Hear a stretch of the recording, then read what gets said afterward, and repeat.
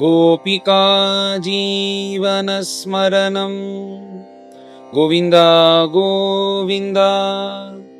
सद्गुरु विठ्ठलदास महाराज की जय। ஸ்ரீயப்பதியா இருக்கக்கூடிய பகவான் மாடு மேய்த்தார்னு பிரம்மனிஷ்டால் வர்ணிச்சன் வரா. இந்த உலகத்துல நாம தான் உயர்ந்தது தாழ்ந்தது அப்படின்னு வச்சுட்டு இருக்கோம். இந்த தங்கத்துக்கோ இல்லை வைரத்துக்கோ இது உயர்ந்தது தாழ்ந்ததுன்னு நாம மதிப்புனால தான் அது இருக்கு. எப்படின்னா இப்போ ஒரு நாய் இருக்குன்னு வச்சுக்கோங்க. அந்த நாய் ஒரு வைரக்கல்லை பார்த்து ஐயோ இதை கடிக்கக்கூடாது, இதை உடைக்கக்கூடாதுன்னு நினைக்கிறதோ? நாயை பொறுத்தவரையும் கூழாங்கல்லும் ஒன்று தான், வைரக்கல்லும் ஒன்று தான், தங்கமும் ஒன்று தான், இரும்பும் ஒன்று தான். எப்படி அந்த ஜந்துக்கு அப்படி இருக்கோ இப்படி தான் பகவத் சிருஷ்டியில் இருக்கு. ஆனால் இது உயர்ந்தது தாழ்ந்ததுன்னு நாம தான் பண்ணியிருக்கோம் இந்த உலகத்தில். அதே போல் இந்த மாடு மேய்க்கிறதுன்னா படிப்பே வரல, அவன் மாடு மேய்ச்சின்னு இருக்கான்னு உலகத்தில் சொல்லுவா. உனக்கு ஸ்கூலுக்கு போகிற படிப்பு வரல, பாடசாலைக்கு போனால் படிப்பு வரல, நீ மாடு மேய்க்க தான் லாய்க்கு அப்படின்வா. அதுக்கு எந்த படிப்பும் தேவையில்லை, சும்மா மாடு பின்னாடி மேய்ச்சின்னு போகணுன்றத மாதிரி இப்படி சொல்லுவா. இப்போ கிருஷ்ணர் இப்படி மாடு மேய்ச்சார்னு பிரம்மனிஷ்டால் சொல்லும்போது இவர் எதுவும் உதவாக்கரையா அப்படின்னு சொல்லும்போது திருணச்சரானுகம் ஸ்ரீநிகேதனம் அப்படின்னு கோபிகா கீதத்தில் கோபிகைகள் சொல்றா. இங்க கிருஷ்ணன் மாடு மேய்ச்சின்னு தான் போறார். மாடு மேய்ச்சின்னு போயிட்டு இருக்கிறதுனால இவனுக்கு ஒன்றும் தெரியாதுன்னு நினைக்காத, ஸ்ரீநிகேதனம்னு எந்த மகாலட்சுமி அவரை ஆசிரயிச்சு சோபையோட மகாலட்சுமி பதிவிரதையாக அந்த மகாலட்சுமி எல்லோரும் கொண்டாடுறாளோ, எதுக்கு கொண்டாடுறான்னா அந்த வைகுண்டவாசியா இருக்கக்கூடிய நாராயணனுக்கு மனைவியா இருக்கிறதுனால தான் மகாலட்சுமி எல்லோரும் கொண்டாடுறா. அதனால சும்மா மாடு மேய்க்கிறானேன்னு எங்க கிருஷ்ணா நீ சாதாரணமா நினைச்சிடாத. ஸ்ரீநிகேதனம் அந்த மாதிரி எல்லா லக்ஷ்மிக்கும் எல்லா சம்பதைகளுக்கும் இருப்பிடமே எங்களுடைய பிரபுதான்னு கோபிகைகள் சொல்றா. அந்த மாதிரி இந்த மாடு மேய்ச்சதை பிரம்மனிஷ்டால் வாய்கொள்ளாம வர்ணிச்சுட்டே வரார். இந்த கிட்டத்தட்ட ஒரு 11வது அத்தியாயத்திலேருந்து வரிசையா வர்ணிச்சுன்னு வரார். மேலும் இன்னும் சில அத்தியாயங்களை வர்ணிக்க போறார். இப்படி மாடு மேய்ச்சிண்டே வரார் கிருஷ்ணர். மாடு மேய்ச்சிண்டே வரும்போது அந்த காட்டுல சஞ்சாரம் பண்ணிட்டே வரார். இந்த பிருந்தாவனம்னு சொன்னது எதுன்னா, பெரியோர்கள்லாம் என்ன சொல்லுவான்னா, அந்த பிருந்தாவனம் முழுக்க முழுக்க காடாக தான் இருந்தது. அந்த காட்டில் சஞ்சாரம் பண்ணிட்டு மாடு மேய்க்கணும்னு ஆசைப்பட்டு தான் இங்கே ஆபத்து இருக்காதுன்னு தான் நந்தகோபன், யசோத, கோபர்கள் எல்லோரும் இங்கே வரார்கள். இந்த பிருந்தாவனம் 12 வனம் சேர்ந்தது பிருந்தாவனம். அட்டவி அப்படின்னாலும் காடு தான். அதனால 12 அட்டவி சேர்ந்தது இந்த பிருந்தாவனம். இப்போ பகவான் இன்னைக்கு மாடு மேய்ச்சின்றே இஷிகாட்டவி அப்படின்னு ஒரு அட்டவின்னா காடு, அதில் மேய்ச்சின்னு இருக்கார். என்னன்னா வெயில் தாங்க முடியலையா, நல்ல கிரீஷ்ம ருத்து, நல்ல வெய்ய காலம். அதனால இப்போ என்ன பண்றாருன்னா, நல்ல காடு அடர்த்தி இருக்கிற மரங்கள், அது கீழே இருக்கிற அந்த புற்கள், இதை சாப்பிட்டுண்டு வெயில்ல சிரமப்படாதபடிக்கு அந்த மாதிரி நல்ல அடர்த்தியா இருக்கக்கூடிய காடுகள் இருக்கிற இடத்துல இப்ப மாடுகள் ஒட்டினே சஞ்சாரம் பண்றார். இதுக்கு இஷிகாட்டவின்னு பேரு. அடுத்தது முஞ்சாட்டவின்னு பேரு. அது இன்னும் கோரமான காடு. உள்ள போனா இன்னும் சூரிய வெளிச்சம் கூட ரொம்ப இருக்காதான், அப்படி ரொம்ப கோரமா இருக்கக்கூடிய காடு. அப்படி மரங்கள் வளர்ந்துருக்கு. இந்த மாடுகள்லாம் என்ன பண்றதுன்னா, எப்படி மாடு மேய்ச்சின்றே அது இருக்கு. கோப குழந்தைகள் கிருஷ்ணன் எல்லாம் இந்த பக்கம் விளையாடிட்டு இருப்பாளோ, அவ எப்பயும் போல விளையாடிட்டு இருக்கும் போது இது என்ன பண்றதுன்னா, இந்த இஷைகாட்டவியும் தாண்டி இந்த முஞ்சாட்டவிக்குள்ள புகுந்துருத்து இந்த மாடுகள் எல்லாம். இந்த குழந்தைகள்லாம் பார்க்குறா, டே இங்கே மாடு காணும், இன்னும் கோரமான காட்டுக்குள்ளே போயிடுத்து, கிருஷ்ணா என்ன பண்ணலாம் அப்படின்னு உடனே கிருஷ்ணா அந்த மாடுகள்லாம் தேடி குழந்தைகளோட வரார்.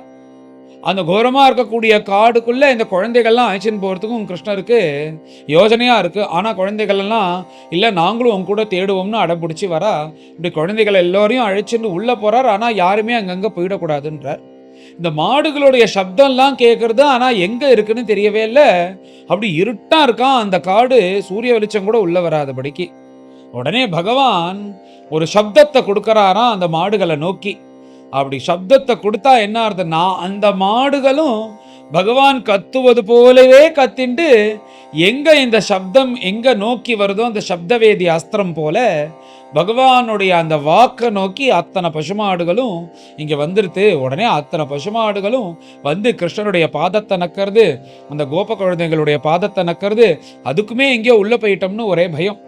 இப்படி கோப குழந்தைகளும் கிருஷ்ணரையும் பார்த்த உடனே அந்த பசுமாடெல்லாம் பரம சந்தோஷப்பட்டது. மெதுவாக அந்த பசுமாடு எல்லாம் பயந்துருக்கிற அந்த பசுமாடெல்லாம் தடவி கொடுத்து பகவான் கோப குழந்தைகளோட சேர்ந்துட்டு அந்த பசுமாடை அந்த மூஞ்சாட்டவியிலேருந்து மெதுவாக வெளில அழைச்சின்னு வந்துட்டார். இனிமே இதுக்குள்ள ஜாகிரதையா இருக்கணும்னு சொன்னார். அப்படி உருந்துட்டே இருக்கும்போது குழந்தைகளோட சந்தோஷமா இருக்கார். அந்த மாடெல்லாம் மேய்ஞ்சின்றே இருக்கும்போது நல்ல வெயில் காலமா ஒரு மரம் உரசின்றே இருக்கு. எல்லா இடத்துலையும் அங்கங்க காற்று வேற அடிக்கிறது. இப்படி காற்று வந்து அங்கங்க இந்த மரம் உரசி உரசி உரசி என்ன ஆயிருதுன்னா அப்படியே குபு குபு குபு குபு குபுன்னு காட்டுத்தீயானது பரவிடுது. இந்த காட்டுத்தீ எப்படி பரவி இருக்குன்னா, முன்னாடி வந்து சாதாரணமா ஒரு சின்னதா வந்து காட்டு தீய மாதிரி வந்தது. இப்போ இத்தனை ஆயிரக்கணக்கான மாடுகளையும் இந்த நூற்றுக்கணக்கான குழந்தைகளையும் எல்லோரையும் தான் அந்த அந்த அக்னி சாப்பிடுவது போல இந்த காற்று தீயானது பரவிண்டு வருது. அவளுக்கு தெரியறதான் ரொம்ப தூரம் தள்ளி அந்த அக்னியானது இருக்கு. ஆனா அந்த அக்னியே சூடு தாங்க முடியாம உடம்பெல்லாம் தகிக்கிறது போல இருக்கு. பயப்படுறா குழந்தைகள்லாம். போராதுக்கு இந்த துர்கந்தம்லாம் வருது. தூரக்க அந்த அக்னியில மாட்டின்ற இந்த மிருகங்கள்லாம் செத்து போய் அதனுடைய வாசனை வருது எரிஞ்சதுக்கு அப்புறம். இப்படிலாம் பார்த்தோன்னே ரொம்ப பயப்படுறார்கள். கிருஷ்ணா, இது இப்படியே வந்து வந்து வந்து நம்மளையும் தகிச்சா என்ன பண்றதுன்னு குழந்தைகள்லாம் ரொம்ப பயந்த உடனே பலராம சுவாமியும் கிருஷ்ணனும் வந்து ஆறுதல் சொல்றா, கவலைப்படாதீங்கன்னு. இந்த தடவை குழந்தைகள்லாம் சரணாகதி பண்ணுவது போல பண்ணிட்டாலாம். கிருஷ்ணா, எங்களை காப்பாத்து, சூடு தாங்க முடியலன்னு. இப்படி குழந்தைகள் சொன்ன உடனே பகவான் எல்லோரையும் கண்ணை முடிக்கோங்க அப்படின்னார். எல்லாரும் கண்ணை முடின்ட்டாலாம். நீங்க பார்த்தா பயப்படுவேல்னு. கண்ணை மூடினதுக்கு அப்புறம் அந்த அக்னி வந்துட்டே இருக்கணும். அந்த அக்னி வர இடத்துக்கு பகவான் போய் நின்னுட்டு அவர் வாயை திறந்துட்டார். ஒரு பக்கம் கிருஷ்ணரும் மற்றொரு பக்கம் பலராம சுவாமியும் 2 பேரும் வாயை திறந்துட்டு இப்படி நிக்கிறா. அப்படி என்ன ஆகுதுன்னா, நாம எப்படி வாயை திறந்து நம்ம ஜலத்தையும் இளநீரையும் ஜூஸையும் குடிப்போமோ அந்த மாதிரி பகவான் அக்னியை குடிக்கிறாராம் வாயை திறந்துட்டு. அப்படியே வந்து அந்த அக்னியானது கொஞ்சம் கொஞ்சமா அணைஞ்சி துளி துளியா வந்து பகவானுடைய வாயுக்குள்ள ஜலம் குடிக்கிறது போல அந்த அக்னியானது போறது. ஒரு பக்கம் கிருஷ்ணர் நின்னுண்டு அந்த அக்னியை சாப்பிட்றார், ஒரு பக்கம் பலராம சுவாமி நின்னுண்டு அக்னியை சாப்பிட்றார். இந்த அக்னி எல்லாம் சாப்பிட்டதுக்கு அப்புறம் இந்த பிராந்தம் வந்து ஒரே எரிஞ்சு போய் இருக்கிறதுனால இதுக்கு மேல இந்த குழந்தைகள் அந்த பசுமாடுகள் இவைகள்லாம் அழைச்சின்னு போறது சிரமன்றதுனால பகவான் கண்ணை திறக்காதீங்கன்னு சொல்லிட்டு ஒரு க்ஷணம் ஆனதுக்கு அப்புறம் இப்ப எல்லோரும் கண்ணை திறங்கோ அப்படின்னா. கண்ணை திறந்தா என்ன ஆச்சரியம்னா, அவ அந்த இஷைகாட்டவின்னு ஒரு அட்டவி அந்த காட்டுல தானே இருந்தா. இப்ப கண்ணை திறந்து பார்த்தா அந்த பாண்டீரவனத்துக்கு வந்துட்டாளாம். அந்த பாண்டீரவனத்துல ஒரு பெரிய ஆலவிருட்சம். அந்த ஆலவிருட்சத்துக்கு அடியில தான் இவ விளையாடுறது, இவ லூட்டி அடிக்கிறது எல்லாம் அங்கதான் நடக்கும். கண்ணை திறந்து பார்த்தா பகவான் அங்கேருந்து அவளை இந்த இடத்துக்கு ஷிஃப்ட் பண்ணிட்டாலாம். இங்க வந்த உடனே எல்லா ஆபத்தும் போயிடுத்துனோடனே கிருஷ்ணனை கட்டிக்கிறார்கள். மேல உற்சாகமா இந்த இடத்த பார்த்தோடனே அவளுக்கு விளையாடணும் போல தோன்றது. அந்த மாடெல்லாம் அங்க மேய்ஞ்சின்னு இருக்கும்போது இவ எல்லாரும் விளையாடுறார்கள். இப்படி விளையாடிண்டே சாயந்தரம் ஆன உடனே அத்தனை பசுக்களையும் கன்றுகளையும் எல்லாத்தையும் அழைச்சி கொண்டு பிருந்தாவனத்துக்கு வரார்கள். இப்ப பிருந்தாவனத்துக்கு வரும்போது பகவான் வேணுவாத்தியம் வாசிச்சுட்டே தான் உள்ள வரார். குழந்தைகள் எல்லாம் சந்தோஷத்தோட ஜெயா விஜய் பவா சொல்லிட்டே வராலாம். எப்படி அக்னியை யாரால குடிக்க முடியும்? அந்த சர்வேஸ்வரனால தானே குடிக்க முடியும். இப்ப இவாளுக்கு கொஞ்சம் பகவான்னு தெரிய ஆரம்பிச்சிருது. அதனால இந்த சர்வேஸ்வரன் வைகுண்ட வாசின்னு மனசுல நினைச்சுக்கொண்டு அந்த கிருஷ்ணனை ஜெயா விஜிபவான்னு ஸ்தோத்திரம் பண்ணிண்டே பிருந்தாவனத்துக்கு அழைச்சின்னு வரார்கள். மேல என்ன நடந்ததுன்னு கோபிகைகள்லாம் அந்த கதையை கேட்கறதுக்காக காத்துன்னு இருக்காலாம். தன் குழந்தைகள் வந்து கதை சொல்லுவா, அதை ஆசையா கேட்பார்கள். இப்படி கோபிகைகள் கிருஷ்ணன் எப்போ வருவான் அப்படின்னு பார்த்துட்டு இருக்கும்போது கிருஷ்ணர் வந்த உடனே இப்படி அந்த புல்லாங்குழல் வாசிச்சுட்டே வந்த கிருஷ்ணனை பார்த்து இப்ப வெக்கத்தை விட்டு சொல்லிட்டாலாம், கிருஷ்ணா, உன்னை பிரிஞ்சு எங்களால இருக்க முடியல. இந்த கோப குழந்தைகள் போல நாங்களும் உங்க கூட வந்துடுறோம். எங்களால இருக்க முடியல. நீ இப்படி கார்த்தால இந்த மாடுகளோட கடம்பி போகும்போது உன்னை பார்க்கறோம். திரும்பி நீ வரபரியந்தம் எப்போ வருவேன்னு ஒரு க்ஷணம் எங்களுக்கு ஒரு யுகம் மாதிரி இருக்கு. அதனால உன்னை பார்க்காம இருக்க முடியல அப்படின்னு கோபிகைகள் சொன்ன உடனே அந்த கோபிகைகளை பார்த்து சிரிச்சுட்டே பகவான் அவர்களுக்கு அனுகிரகம் பண்ணுவது போல பிருந்தாவனத்துக்குள்ள வந்தார். இப்பேற்பட்ட வைகுண்டவாசியா இருக்கக்கூடிய பிரபு அந்த கோப குழந்தைகள் அந்த பசுமாடு எல்லாம் காப்பாத்துறதுக்காக அக்னியே குடிச்சார் அப்படின்னு தாவாக்னி மோசனம்னு ஒரு சரித்திரம், சின்ன அத்தியாயம் தான் இது. இதையும் விடாதபடிக்கு அந்த காட்டு தீயிலேருந்து பகவான் காப்பாத்தின சரித்திரத்தை பிரம்மனிஷ்டால் வர்ணிச்சார். மேலே எல்லோரும் கலந்து இந்த அத்தியாயத்தை பாராயணம் பண்ணுவோம். अथैकोनविंशोऽध्यायः श्रीशुकोवाच क्रीडासक्तेषु गोपेषु तद्गावो दूरचारिणीः स्वैरं चरन्त्यो विविशुः तृणलोभेन गह्वरम् अजागावो महिष्यश्च निर्विशन्त्यो वनाद्वनम् इषीकाटवीं निर्विविशुः क्रन्दन्त्यः दावतर्षिताः ते अपश्यन्तः पशून् गोपाः कृष्णरामादयस्तदा जातानुतापा न विदुः विचिन्वन्तो गवां गतिं तृणैस्तत् खुरदच्छिन्नैः गोष्पदैः अंकितैर्गवां मार्गमन्वगमन् सर्वे नष्टा जीव्या विचेतसः मुञ्जाटव्यां भ्रष्टमार्गं क्रन्दमानं स्वगोधनं सम्प्राप्य तृषिताः श्रान्ताः ततस्ते सन्न्यवर्तयन् ता आहूता भगवता मेघगम्भीरया गिरा स्वनाम्नां निनदं श्रुत्वा प्रतिनेदुः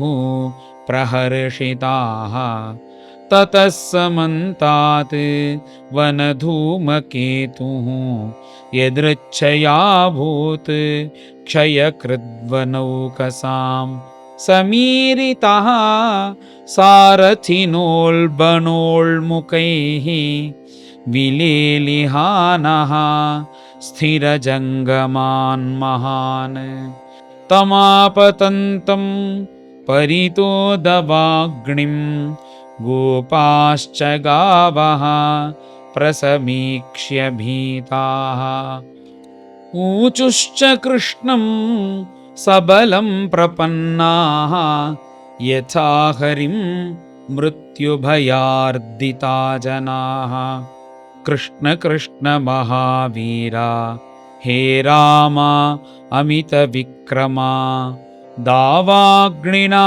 दह्यमानान् प्रपन्नान् त्रातुमर्हतः नूनं त्वद्बान्धवाः कृष्णा न चार्हन्ति अवसीदितुं वयं हि सर्वधर्मज्ञा त्वन्नाथाः त्वत्परायणाः श्रीशुक उवाच वचो निशम्य कृपणं बन्धूनां भगवान् हरिः निमीलयतमाभीष्ट लोचनानीत्यभाषत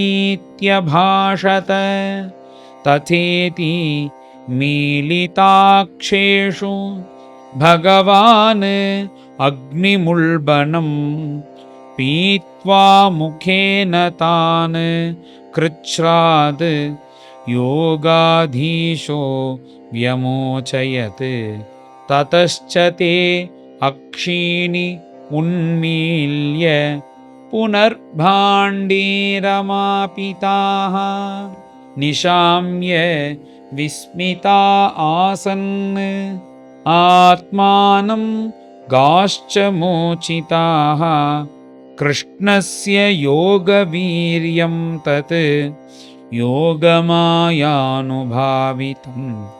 दावाग्नेः आत्मनः क्षेमं वीक्ष्यते मेनिरे अमरं गाः सन्निवर्त्य सायाह्ने सह रामो जनार्दनः वेणुं विरणयन् गोष्ठम् अगाद्गोपैः अभिष्टुतः गोपीणां परमानन्द आसीद् गोविन्ददर्शने क्षणं युगशतमिव यासां येन विना अभवत् श्रीहरये नमः श्रीहरये नमः इति श्रीमद्भागवते महापुराणे पारमहंस्यां संहितायां दशमस्कन्धे पूर्वार्धे दावाग्निपानं नाम 19विंशोऽध्यायः। गोपिका जीवनस्मरणं गोविन्द गोविन्द। सद्गुरु विठ्ठलदास महाराज की जय।